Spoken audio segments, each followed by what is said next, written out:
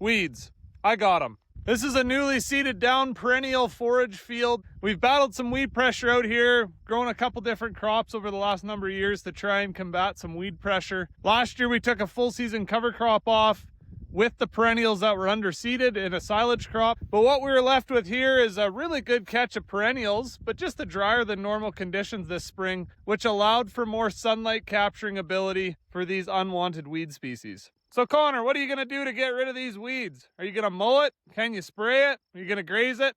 Well, I can't spray it. I don't really want to cut it for feed because there really isn't enough biomass out here to make some cost-efficient feed. So our next option is looking at giving this field long season recovery. We have a great deal of diversity out in this field. It was a really diverse perennial mixture of grasses and legumes that we seeded down. So there is a great deal of diversity out here already. Plants were just really slow to get going this spring.